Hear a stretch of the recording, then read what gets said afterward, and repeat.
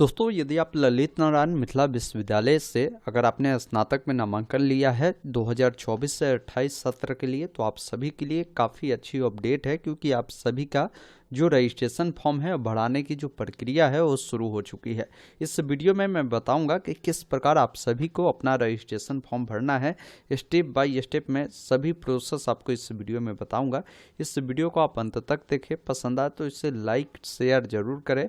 ऐसे लगातार अपडेट के लिए चैनल को सब्सक्राइब करें, आगे भी इस प्रकार की अपडेट आपको मिलती रहेगी। साथ में अगर आप चाहते हैं यूनिवर्सिटी से जुड़ा जो भी अपडेट हो आपको समय पर मिले, तो आप हमारे साथ व्हाट्सएप चैनल टेलीग्राम से भी जुड़िए। लिंक मैंने डिस्क्रिप्शन बॉक्स में उपलब्ध करवा दिया है।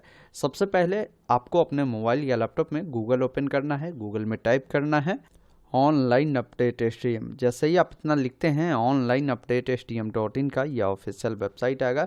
इसे ओपन करना है और यहाँ पर यूनिवर्सिटी अपडेट का जो ऑप्शन मिलता है इस पर क्लिक करना है, जिसमें आपको मिलेगा LNMU UG रजिस्ट्रेशन 2024-28, जिस पर क्लिक करना है। पूरी जानकारी आपको बताई गई है। जैसे रजिस्ट्रेशन 22 तारीख से स्टार्ट हुए हैं और ये 10 दिसंबर तक आपके चलने वाले हैं। बाकी इसे कॉलेज में भी आपको जमा करने हैं, तो कॉलेज में आप जो है 14 दिसंबर तक आप जमा कर सकते हैं। बाकी आपको जानकारी भी दिए गए हैं कि दस्तावेज क्या लगेंगे, कितने फ़ी लग रहे हैं, वो सभी जानकारी देखने के बाद डायरेक्ट आपको नीचे आना है। आपको इम्पोर्टेंट लिंक वाले सेक्शन में लिंक दिए गए हैं रजिस्ट्रेशन फॉर्म भरने का, वो देख सकते हैं। नोटिफिकेशन डाउनलोड करना है तो इस नोटिफिकेशन को भी डाउनलोड कर पूरी जानकारी पढ़ेंगे। इसमें 600 रुपये बताया गया कि आपके लगने वाले हैं। एक बार आप जरूर जानकारी को रीड करें ताकि आपको हर एक जानकारी समझ में आ पाए। अब अप्लाई करना है तो अप्लाई वाले लिंक पर जैसे ही क्लिक करेंगे तो यहाँ पर आ जाते हैं। अगर आपको किसी भी प्रकार की कोई भी अगर ट्रांजैक्शन से जुड़ा अगर क्वायरी है तो आप इस पर कॉल कर सकते हैं, क्योंकि कई बार ट्रांजैक्शन करते हैं यानी पेमेंट करते हैं, पैसा फंस जाता तो आपको यहाँ पर हेल्प मिल जाएगा।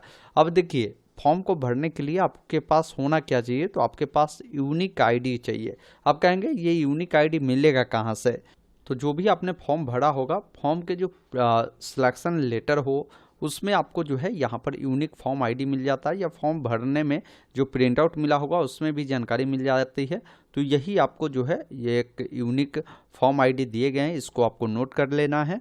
और फॉर्म भरने में जो भी मोबाइल नंबर आपने दिया है वो प्रिंट आउट पे पता चल जाएगा, वही नंबर देकर आप लॉग इन करेंगे। उसके बाद देखेंगे आपके सामने रजिस्ट्रेशन फॉर्म खुलता है। BA BSc BCom वाले के लिए सत्र भी बताए गए हैं 2024 से 28 है। अब देखिए, इसमें बहुत सारी जानकारी आप बदलाव नहीं कर सकते हैं। जैसे जो जानकारी आपकी यहाँ पर क्लिक नहीं हो रही है वो सारी चीज़ें बदलाव आप नहीं कर पाएंगे। नीचे आएंगे तो सब्जेक्ट में अगर आपको कुछ भी बदलाव करनी है तो उसको आप कर सकते हैं। जैसे किसी को मल्टी डिसिप्लिनरी में कोई सब्जेक्ट चेंज करनी है, या MIL में अगर सब्जेक्ट को चेंज करनी है, SEC में अगर आपको करनी है चेंज, वो कर सकते हैं। यहाँ पर यही है कि आपकी स्ट्रीम चेंज नहीं होगी और मेजर सब्जेक्ट चेंज नहीं होगी। इसके अलावा जो भी सब्जेक्ट आप चेंज करना चाहते हैं अभी आप आसानी से चेंज कर सकते हैं। आपको ऑप्शन दिए गए हैं चेंज करने का। अब अगर कुछ चेंज नहीं करना है, ज्यों का त्यों रखना है, तो आपको सिंपली सभी डिटेल को देखने के बाद सबमिट वाले विकल्प पर क्लिक करना है। अब यहाँ पर देखेंगे एक प्रॉब्लम क्या होते हैं कि जो मल्टी डिसिप्लिनरी सब्जेक्ट है वो आपका शो नहीं करेगा।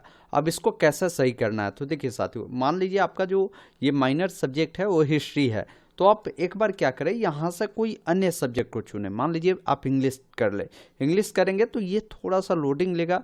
लोडिंग लेने के बाद पुनः आपको सब्जेक्ट को, माइनर सब्जेक्ट को जो आपका था उसको चेंज कर लेना है। कहने का मतलब ये है कि अभी हिस्ट्री अगर है तो आपकी मल्टी डिसिप्लिनरी में शो नहीं करता है, तो इसको कोई और सब्जेक्ट आप कर लीजिए।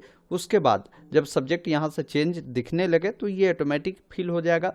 पुनः आप क्या करें, हिस्ट्री है तो आपका हिस्ट्री ही रखेंगे तो ये ऑटोमेटिक फिल हो जाएगा। तो ये इसका एक बग है, वो सही सॉर्ट आउट जल्द कर लिया जाएगा। ये आप ध्यान रखिएगा, जो आपका माइनर सब्जेक्ट है वही सब्जेक्ट रखना है, चेंज नहीं करना है। बस एक बार आपको चेंज करना है ताकि ये पेज जो है रिलोड होता है तो ये सारी डिटेल आपका जो है फिल हो जाता है। उसके बाद आपको क्या करना है, सबमिट वाले जो विकल्प है जिस पर आपको क्लिक करना है। इस प्रकार बताएगा कि आपका जो फॉर्म है वो सब सक्सेसफुली सबमिट हो गया है। अब आपको पेमेंट करना है तो ओके वाले विकल्प पर क्लिक करें। उसके बाद देखेंगे आपका जो पेमेंट है 600 रुपये का करना है। पेमेंट करने के लिए आपको एक ऑप्शन दिए गए हैं मेक पेमेंट का, आप इस पर क्लिक करेंगे। अब यहाँ पर आपको कंफर्म पेमेंट पर क्लिक करना है। अब पेमेंट आप कैसे करना चाहते हैं, डेबिट कार्ड, क्रेडिट कार्ड या यूपीआई ऐप के थ्रू या क्यूआर के थ्रू, तो जैसे भी करना चाहते हैं। जैसे मैं कार्ड के थ्रू करना चाहता हूँ तो कार्ड पे चुना, तो कार्ड की डिटेल, कार्ड किनके नाम से है, मंथ, ईयर और जो भी सीवीवी है उससे डालकर यहाँ से पे करेंगे। वही किसी को अगर मान लीजिए यूपीआई की मदद से करनी है तो यूपीआई आईडी को डालकर वेरीफाई करेंगे तो उस पर रिक्वेस्ट जाएगा, उसके थ्रू कर सकते हैं।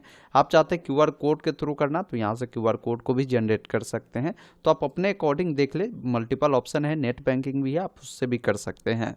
अब जैसे मैं क्यूआर कोड के थ्रू चाहता हूँ, जनरेट यूपीआई क्यूआर कोड वाले जो विकल्प दिए गए हैं जिस पर क्लिक करेंगे, ये स्कैन आपको करने होंगे आपको यूपीआई ऐप से।